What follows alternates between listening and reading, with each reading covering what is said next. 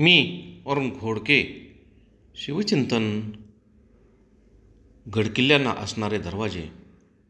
जरी दर्शनी दरवाजे असतील तर शत्रूला हल्ल्यासाठी सोयीस्कर होईल.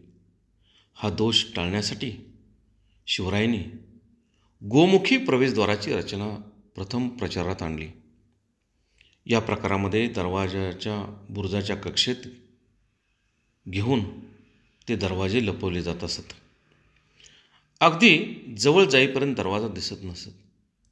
तसेच दरवाजा पुढील प्रांगण, घाट, रस्ता लहान आणि हा सर्व भाग दरवाजा व बुरुजाच्या माऱ्याच्या पूर्णपणे आहारी असे. संरक्षणाच्या दृष्टीने या दरवाजांची रचना अप्रतिम ठरते. शिवनिर्मित दुर्गावरती या प्रकारचे दरवाजे पाहायला मिळतात.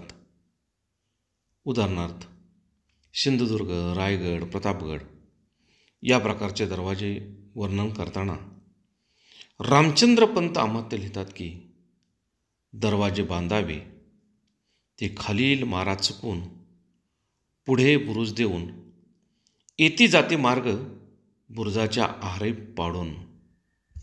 तसेच महादरवाजावरती काही शिल्पकाम केलेले आढळते.